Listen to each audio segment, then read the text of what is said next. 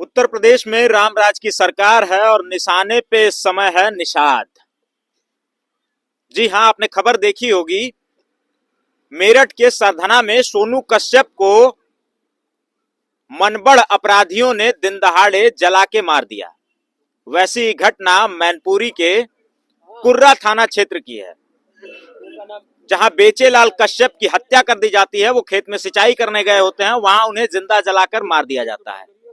ऐसी तमाम घटनाएं प्रदेश के अलग अलग कोनों से हैं। गाजीपुर से गाजियाबाद या बलिया से बुलंदशहर, कोई भी जिला छूटा नहीं है जहां अपराध न हो रहे हों। अपराधों की लिस्ट बड़ी लंबी है। उत्तर प्रदेश के मुखिया कहते हैं कि यहां से अपराधी भाग चुके हैं, प्रदेश छोड़ चुके हैं या मिट्टी में मिलाए जा चुके हैं। लेकिन उनका आंकड़ा कितना सही है, उनके दावे कितने सही हैं, ये खबरें उनकी पोल खोलती हैं। फिलहाल हम मैनपुरी जिले के कुर्रा थाना क्षेत्र के कौन सा सेहा खुर्द गांव में है, जहां बेचेलाल कश्यप की हत्या हो गई है। हमारे साथ मंडल आर्मी के प्रमुख अनिरुद्ध विद्रोही जी हैं, बातचीत करेंगे। कैसे देखते हैं, लगातार घटनाएं हो रही हैं और खास करके इस समय निशाना निषाद और कश्यप बनाया जा रहा है। धन्यवाद। जो घटना यहाँ हुई है सेहा खुर्द में, बहुत ही अमानवीय और दर्दनाक है। जब से बीजेपी सरकार सत्ता में आई है पिछले 8-9 साल से, मैंने इस चीज को महसूस किया है कि ये जो बेल्ट है, किसान बेल्ट है और ये समाजवाद की बेल्ट है, समाजवाद की धरती है। इस समाजवाद की धरती पर बीजेपी आरएसएस के लोग लगातार सामंतवाद की फसल उगाने का प्रयास कर रहे हैं। वो लोग ये भूल गए हैं कि ये समाजवाद की धरती है, यहाँ सामंतवाद की फसल को किसी भी हालत में हम उगने नहीं देंगे, पनपने नहीं देंगे। ये इकलौती घटना नहीं है जिस तरीके से बेचेलाल कश्यप जी की निर्ममता पूर्वक हत्या की गई है। ये बेहद अमानवीय है। पूरे प्रदेश के अंदर हर दिन दर्जनों हत्याएं होती हैं और जो योगी आदित्यनाथ जी हैं, मुख्यमंत्री उत्तर प्रदेश के, जो दावा करते हैं कि अपराधी प्रदेश छोड़ के भाग गए हैं, पलायन कर गए हैं, जो भयमुक्त समाज का दावा करते हैं, जो रामराज का दावा करते हैं, आप देखिएगा कि हर रोज सैकड़ों हत्याएं होती हैं। और हत्याओं में जब दलित पिछड़ों की हत्याएं होती हैं और जब अपराधी दलित पिछड़ा होता है तो दोनों में एक बहुत बड़ा अंतर होता है। अपराधी जब दलित पिछड़ा होता है तो बुलडोजर और इनकाउंटर के लिए गन दोनों निकल आती है। वहीं जब पीड़ित दलित पिछड़ा होता है तो उस समय प्रशासन और सरकार कार्रवाई करने तक में आनाकानी करती है। ये एक बड़ा भेदभाव जो स्वयं जो है प्रदेश के मुखिया मुख्यमंत्री योगी आदित्यनाथ जी खुद कर रहे हैं, जो एक संत हैं।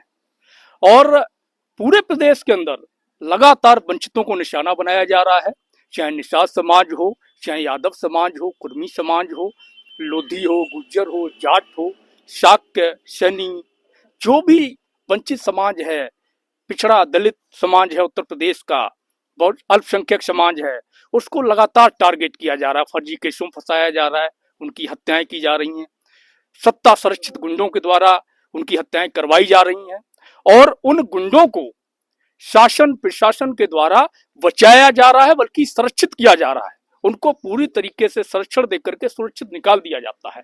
ये बहुत बड़ा भेदभाव उत्तर प्रदेश के अंदर वंचित समाज के साथ में हो रहा है, पिछड़ा दलित आदिवासी समाज के साथ में हो रहा है। और इस बात को वंचित समाज को, किसान मजदूर समाज को समझने की जरूरत है कि इस सरकार में जब तक आप बदलाव नहीं करेंगे, जब तक इस सत्ता को नहीं उखाड़ेंगे और जब तक आप अपने लिए आवाज नहीं उठाएंगे, आप पर अत्याचार होता रहेगा। और मेरी ये मांग है प्रदेश के मुख्यमंत्री से और मैनपुरी जिला प्रशासन से।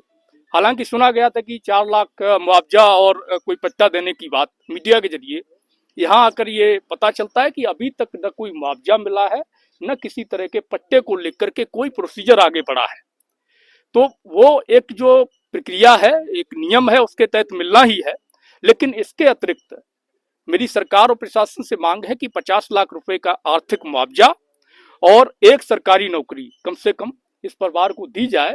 साथ ही अतिशीघ्र जितनी जल्दी हो सके जांच करके जो भी अपराधी हैं, जो भी हत्यारे हैं, जिन्होंने इतनी निर्ममता पूर्वक दिल को दहला देने वाली घटना को अंजाम दिया है, उन पर कड़ी से कड़ी कार्रवाई हो, और संभव हो योगी आदित्यनाथ जी से मैं कहना चाहता हूं, अगर संभव हो कहीं दुर्भाग्य से आपके सजाती निकल जाएं तो कोशिश करिए कि बुलडोजर और गन उनके दरवाजे तक भी आपकी पहुंच सके, तो हम लोगों को ये उम्मीद बनेगी कि नहीं, एक संत जो है थोड़ा बहुत तो न्यायप्रिय है।